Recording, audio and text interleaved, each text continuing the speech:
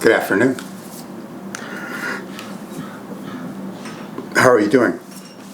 I've been doing some great stuff lately, and apparently there's a lot of powerful frequencies being showered onto the planet right now. So I suggest that you get out there, get in nature, ground, get some sun early now. Yeah, heading toward the summer, so when I get sun, it's 8:30 is almost too late.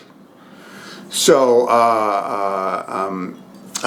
between 8 and 8:30 is a good time to get some sun. I get 20, 25 minutes, 30 minutes stretching out there in the sun, grounding with my bare feet, getting out in nature. I've been doing breathing, some excellent breathing yesterday. I swam today, massaged myself, taking full advantage of leaving myself open to receive these frequencies and vibrations that are coming to the planet right now that are greatly beneficial to all of our spiritual growth and development, consciousness growth. These frequencies have these types of things in them, and it is quite a shower, a potent shower, and we're trying to take the most advantage of it as we can. Consciousness, forms of consciousness, these new frequencies have, and don't waste it. Really, don't waste it. I've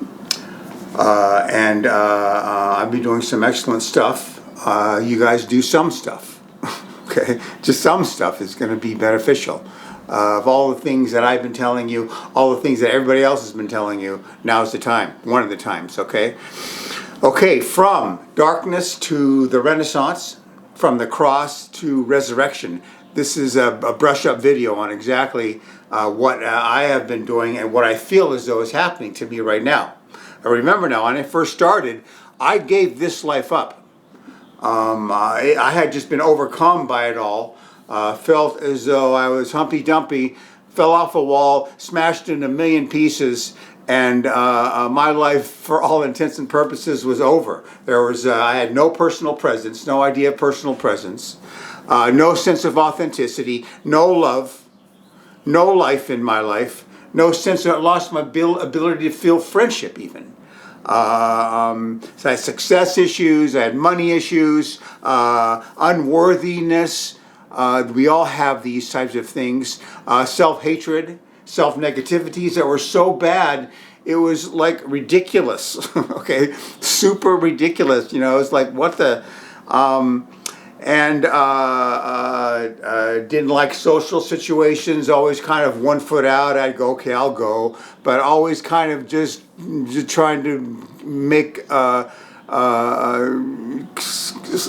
just doing the best I can with it, but really couldn't wait to get out of there because there was no nourishment. There was no, I didn't have enough of a center for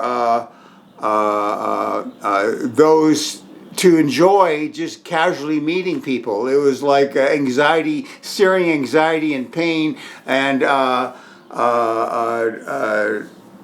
it was going on day in, day out. I didn't have a sense of inner home base where I could take advantage of these types of things and have meaning and purposefulness to them, just kind of flailing. I was overcome by these types of things. Me scattered into a million different pieces, trying to gather back the pieces, and it was a lost cause. I thought I was over. So I gave this life up, and I started to plan and get ready for next lifetime. You know, like I said before, which is a great idea to once you've given this life up. That's the second best thought you can have, really. Remember, a prisoner mind state that was intolerable and unacceptable. Okay, and it was all I wanted to do with this lifetime, and I thought it was over. I really did. I didn't think I was coming back. Hence the idea of getting prepared for next lifetime. And it was a hell-like existence in a hole, in a deep, deep hole. I felt like I was in the middle of darkness. I felt like I was hung on a cross. Okay, seriously, I don't mean to pretend that I'm anybody, but seriously, it was no difference than Jesus being hung on a cross in a way. That's how troublesome and full of fear and pain, and nothing good. Almost no good emotions at all. I started to read a lot of books, which was okay, but reading books gets you only so far. You have to, the value in reading books is integrating the information throughout your being and consciousness that you are receiving. A lot of people will read a book and they'll that's it, to put it down. Okay, I've read that book. I intellectually understand, I mentally understand this book, and okay, and I'll put it down. And then, within a month, you've forgotten what you read in that book. I've read a lot of books, some of them 4 or 5 times, the most important ones. But you forget what you read, and you kind of leave it there in the book.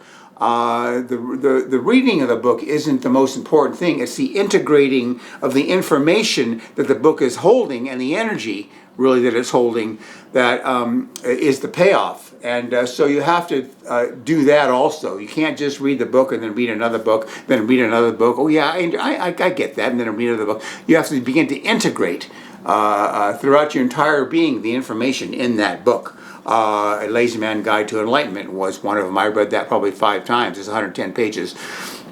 And when I did that video, I was doing that completely by memory.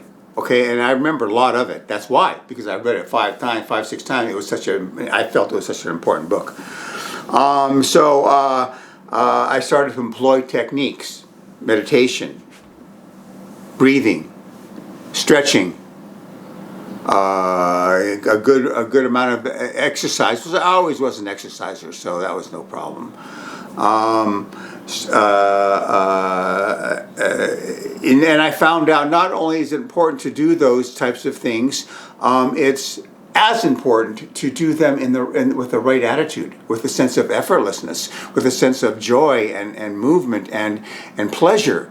As I learned how to slow everything down, slow the moment down, and do these all these techniques with energization by Yogananda, the breathing, Shri Shri Ravi Shankar, Sudarshan Kriya. I learned how to do them with not a sense of effort. At first it was effortful, but then it became a sense of pleasure as I learned how to stay in the moment and do them and allow almost the universe to come through and do them for me or along with me, kind of get out of the way and let the process happen in that sense. See how smart that was? And began to employ all that mantra, all forgiveness, all surrender, all acceptance, all allowance, and no resistance. That mantra in every part of my existence, both inner and outer lives, learn to not take life so seriously, not to be fearful of the things that are going on within you, but begin to accept them and to not let them threaten you. Whereas before, I didn't want to know shit. I didn't want to know that shit. But not to let them threaten you, and to begin to take them graciously and acceptingly and lovingly, and let go of the resistance of the things I didn't want to see within me. Okay, shifting self-hatred and self-negativity into self-love. Okay, loving yourself is so incredibly important, and you just start on the road of self-love, and you do the best you can with it, because it's not going to come naturally, and slowly but surely you'll start to actually feel the love for yourself. Especially as my way has been to get out of the head, because I don't like being in the head. I never did. It's such a finicky a place to be, shifty place to be, and I wanted no part of it. I didn't think I was ever going to get anywhere being trapped in my mind as a mental prisoner. Okay.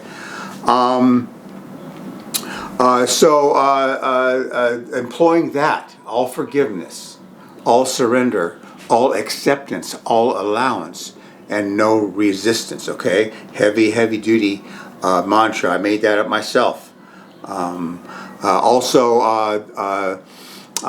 There will be no work done here today. No effort needed, discipline required, for as I fall back into these exercises and relax, staying in each breath, staying in each moment, each and every movement in love and in joy, ever the sharp eye to slow everything down, creating inner space so the universe can come to me, work through me, doing these exercises for me and for the larger community. No, there will be no work done here today. There will be no discipline needed or effort required, okay? See, as you work with that mantra, and you can start to do these things effortlessly. I did a whole job, brutal cooking job with that mantra, and I kind of did it, I could sense the universe coming to me, doing the job for me as I got out of the way and letting it flow through me. And it was okay. It was kind of fun. We had a good time doing it, and it was a brutal job. It was heavy duty. But I did it in almost an effortless fashion using that mantra right there. So as we move forward in life, we want to move toward the effortlessness of it all, and you're going to find that in a heart resonance. Okay. Now let's stop right here. Now there's a new movement abounding. Coming through the frequencies around this planet. The vibrations around this planet now are much, much different than they used to be 40, 30, 50, 60, 20 years ago. Or it started about 20 years ago. There's a lot of things that we're able to do now that we weren't able to do back then. There's a new movement right now that says that there is no real personal separated egoic self entity. Okay, that's an illusion. That what we are is the impersonal field of unlimited awareness. We are a universal field of loving intelligence. Is what we truly are, that's where effortless beingness comes into play. The trick now is to get out of the idea that we're a separated individual self, that we're a greater field of loving intelligence and infinite awareness, that we begin to sense and we begin to fall into, in which the idea of a self plays out that drama, but it plays itself out in an effortless field of beingness. That makes everything much, much nicer. Now, I probably felt that in my psychedelic excursions, but I know what they're talking about, and in that way, there's no need to fix yourself. There's no need to heal yourself. There's no need to rid yourself of dark energies, deep energies. It's just a matter of getting to the realization of that, the truth of the matter, which is a loving, universal loving sense of field of awareness that is close to God, closer to God than we are in our individuated, separated selves. Okay, and they're declaring that you don't have to do any of the things I've told you I've just done. After it took me years of doing those things, and slowly but surely I relinquished the things that were making my life a hell, and I began pulling myself back to myself. Slowly but surely, getting to the point where I became more of an integrated human being. Okay, so that's what my path has been, and as well as falling from the head and into that open heart resonance and beginning to live that resonance each and every eternal now moment, and all the treasures and beauty there within which I've experienced on psychedelics. That was my model to get there. All right, so. They're saying that the idea of you even of a personal you going through a process, a progress, is an illusion in and of itself. That there's no you, there's no movement from one place to another. All of it is an illusion, and what you have to do is just fall into that field of loving intelligence. Now, when I fell into the heart on that psychedelic trip I took, And I looked at myself and the issues that I had been plagued with. This is when I was a young, older, 17, 18-year-old teenager. And from that point, looking at those things that until then I didn't want to see and thought was such a big deal, all the weaknesses and smallnesses, and so you develop a persona. You develop a persona, craft a persona to hide all these smallnesses which you think are unacceptable, that you don't want to be. You want to be the persona. You want to be the whatever society has told you that we have to be. So that's what the persona is all about. But as I looked at these things from this field of heart-centeredness, where humility and tenderness and gentleness and authenticity abides, from that perspective, those things weren't a big deal at all. Why? Because you've already won.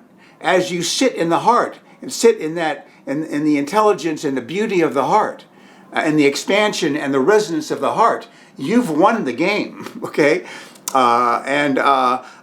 Everything else is just a matter of cleaning it up. All the things you thought were horrible realities, inner realities of your, speak of weaknesses and neuroses and psychoses that you had rolling around in your head, and inability to be the person you thought you wanted to be.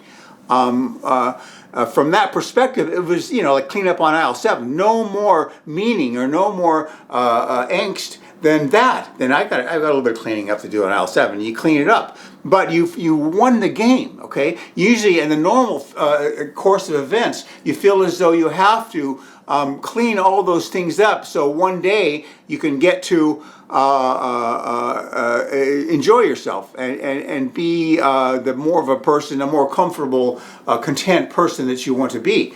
But in that, we flipped the script in that psychedelic trip where I had already won the game. And it was a matter of just going back and mopping up all these issues that had no significance to me anymore, because, like I say, I won. It was it. I was there. I'm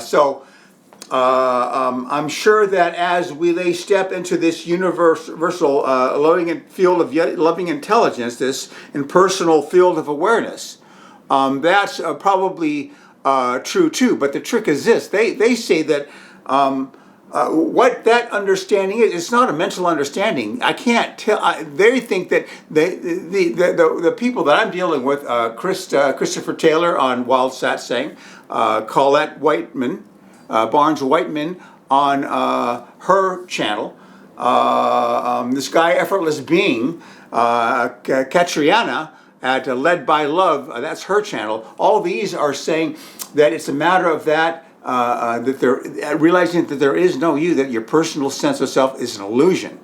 But that's not a mental understanding. That's a frequency vibrational shift. And if you're not vibrating at that high frequency, you're not going to be able to get there just by the mental transference of that information. And my argument is that you're going to have to do what I did to release the things that are holding your vibration down. So at some point, then you're flowed into this universal field of loving intelligence that we truly are. This larger awareness field that we truly are. That's my argument on that. And I'm still not changing where I'm headed. I'm headed toward the heart and living that open heart resonance. But it's not a giant leap or giant step into the universal field of loving intelligence or the impersonal field of awareness in that grand sense where we feel a oneness with everything and we aren't separated from the oneness of all of life.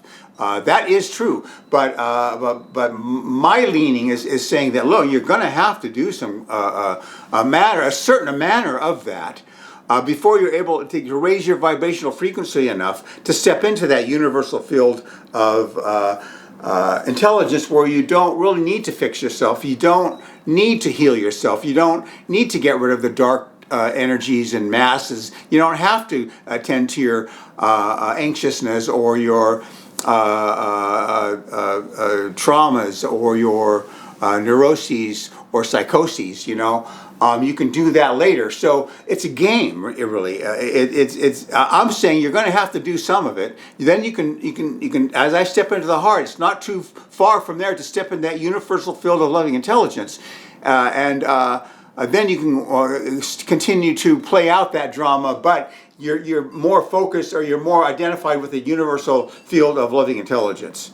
Okay, that's my way.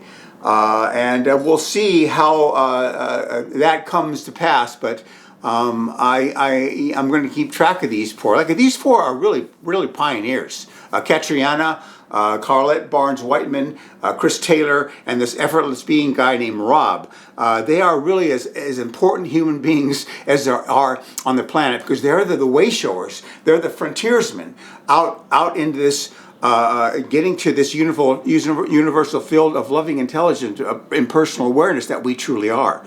And the more that step into that, and every time someone crosses that barrier, that threshold of seeing that we are not our separated egoic entity, that we are a universal field, this universal field, it's easier for the rest of us. So it's going to be easier and easier the more the more people start to step that threshold. I haven't been able to do it. I'm going to be able to do it. But my thing is, I'm advanced. I consider myself an advanced spiritual being. If I can't step into it, how are the people? How are the muggle? I'm like I consider myself a magician in this area. And how if I can't do it, how are the muggles going to do it? You know what I mean? But we're going to see. I keep tabs on these guys. I really love them all, and we're going to see. If there indeed does have to be some sort of prep before you are able to step into that new reality that we're creating, which is the basis for the fifth dimensional love-based unity consciousness. Okay, through the heart, you're going to get through the love-based unity consciousness that we have to get to before we're vibrating at the frequency that's going to be compatible with the fifth dimension. See, that's what's at stake here. But I'm saying that there's going to have to be some prep. I don't see most people I know, even though they're explained to them in the most beautiful way. Carlette Barnes-Whiteman explains this in a beautiful way. I suggest you check her channel out. I don't see personally a lot of people stepping into that. If I can't do it myself, which, like I say, I've done a lot of work on this, and I am primed to do something like that, but I'm getting closer and closer, and it's going to happen someday when I'm out in a field somewhere, and as I try to grasp that, you can't try to do it. See, you have to let it fall down upon you. You have to relax, fall back, and let it happen. You can't really try to do it. That's the trickiness of it. But that's the latest in conscious development here on Earth. That concept there, and it is a true concept. It's just a matter of how we get there. I'm saying that there is going to have to be some stuff done before you can get to that vibrational frequency to see this new reality. You see what I mean? Okay, so then I've described to you my darkness. I've described to you this new movement. And I'm going to cut this here, and we're going to get to what is the resurrection all about? What is the Renaissance all about in my personal life? As I've moved from darkness to the Renaissance, as I've moved from the cross to my resurrection, okay? But let's keep this short, okay? This is good, right here. But these are the things that are in play right now, and these four people I've mentioned here are really as important people as there are on Earth right now. Okay, there's no one more important. There's no one more important than anybody, really. But this movement here is the most important thing going on Earth right now, and nothing else holds a candle to it. And stay tuned. It's going to be very interesting the way this whole thing unfolds. Jeff Africa. I am a citizen of Earth, loyal patriot of the United States of America, a loving child of God. Really, a loving child of God, and. I have Yogananda and Jeshua, Mother Earth, Divine Mother, on my shoulders, getting me from the head out of that head into this heart. As I demagnetize my mind, I magnetize the heart, and living the heart resonance and the treasures. There is nothing like the valuable treasures there are in that heart resonance. And you begin to live them out in each and every eternal now moment, and each and every day. And let me tell you, there's nothing like it. There is no cave full of treasure and diamonds and gold and jewelry, and there's nothing on earth that is as valuable as where we're going on this channel, and where these others are headed also. So that's where I'm moving. I can't fail with the help of these four. I cannot fail in this job, and so stay tuned. But okay, the next video is going to be a completion of this video where I tell you the darkness I've just explained to you. I'm going to explain to you what is the nature of this renaissance, the nature of this resurrection that I've personally experienced now, and I'm very excited about. Okay, thank you. Next time. Bye.